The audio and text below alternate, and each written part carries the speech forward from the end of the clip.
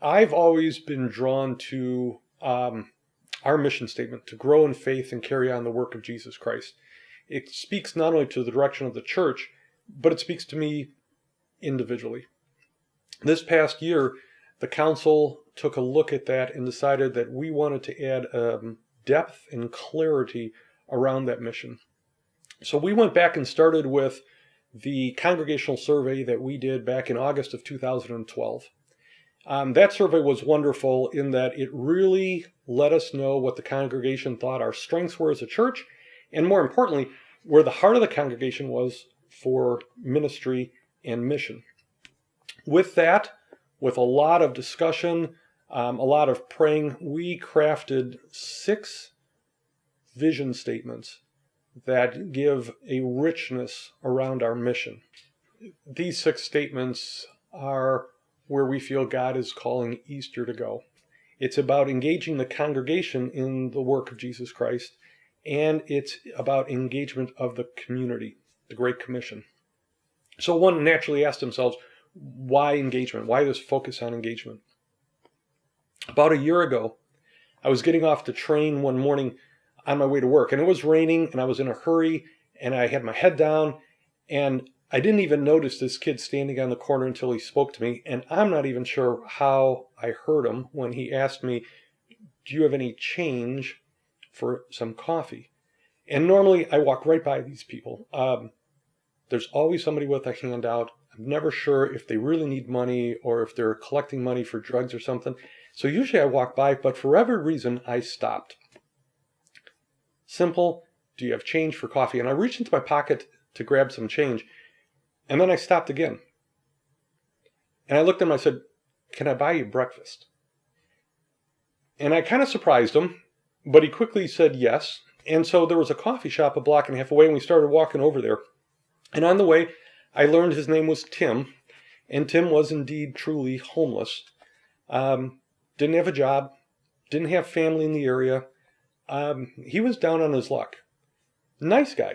And as we stood in line waiting for food, we talked about sports. He loved sports. And as we finished and I turned to go, Tim says to me, God bless you. And I thought about that. I am blessed by God. I have a wonderful wife. I've got great kids and a family. I've got a roof over my head every night. I've got cars. I could go on with the blessings God has given me. And here this guy is blessing me. It reminds me of part of the story of when Jesus meets the woman at the well. And she leaves and the disciples come back and they offer him food and he refuses food. And they ask him, why don't you want to eat? And he said, my food is the will of him who sent me and to finish his work. He also told us through the Great Commission that we are to spread his word, that we are to baptize, to teach. And he said, what you do for the least of them, you do for me.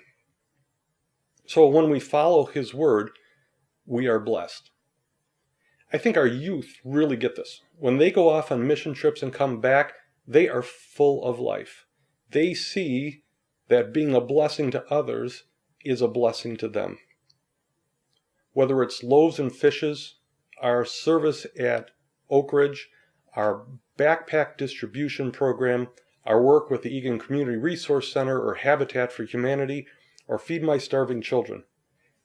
God is calling Easter to be a powerful presence of his grace in the world, in the community around us, and the world at large. And we've taken up this challenge in a lot of different ways. I think that the congregational support that's allowing us to build a new industrial kitchen, which is going to allow us to serve a community meal, shows our support for mission. I think that the extra space we're building so that we can continue to grow our vibrant youth program shows our commitment to that vision. I think our new partnership with Treehouse, which will serve youth who are hurting in Dakota County, speaks to that mission. And my hope is that through all of this, not only can we be a blessing, but that we'll be blessed. The vision that we're painting the depth of it, speaks to and works very well with what we're doing in the capital campaign. The capital campaign and what we've done to upgrade our facilities is with our mission in mind. The buildings are not the end. The buildings are only tools for mission. And I think, and I'm very excited about the things that we're going to be able to do with the new facilities. Our preschool is getting a new facelift and new functionality to it and a new vitality to it, which we think is important. What we're doing at the lake is tremendous. These new rooms are going to allow us to grow our youth program, to really have dedicated space for the youth, which we have identified as one of the keys in growing our congregation and in terms of moving God's word along. This space is going to be tremendous to allow that ministry to continue. And then we have the kitchen. Our industrial kitchen will serve so many different purposes. The Egan Community Resource Center, which we're already a partner with, has already said they'll be able to use this to teach cooking classes. They'll be able to use this to cook and prepare meals for people. And we have this vision of taking the community meals that we're doing at Oak Ridge and bringing them to Easter, where we can do this not maybe once a month, but maybe once a week, and maybe more than that. And to that end, we're partnering with Loaves and Fishes, and that's an exciting new partnership to do those community meals here at our site and do those on a more frequent basis. We feel that God is calling us to be a beacon of hope for a new generation. And that is a statement, that's a big statement. That not only speaks to the fact that we think that we ought to have an awesome youth program, which we think we're building. It also speaks to what we have to do to help parents take what we're doing at church and be able to teach at home. And that's part of the vision of where we see things going. One of the things I'm really excited about is our new partnership with Treehouse. Treehouse is an organization that's been around over 30 years. They have 8 locations in the metro area, and there is this tremendous need in Dakota County for the services they provide. There are a lot of kids who are suffering from depression, who've considered suicide or even tried suicide, who are engaging in drugs or other destructive behavior patterns that need help. And the courts don't want to put them in jail. The courts are looking for another vehicle to save these kids. Treehouse is one of those vehicles, and they have a tremendous success ratio. Over 94% of the kids who participate in Treehouse exhibit improved behavior in one of 4 different areas that lead to a better life. This is a great organization, and we're very pleased that we're going to be able to partner with them this coming year. We are going to become the Treehouse in Dakota County. When we crafted the 6 statements that are part of the new vision strategy, we spent a lot of time thinking about how to be all-inclusive. We wanted to make this something that as people read this vision, they got a sense of not only who we are, but they saw themselves in there somewhere. So it really had to speak to what we felt that the congregation has a love and a passion and a mission for.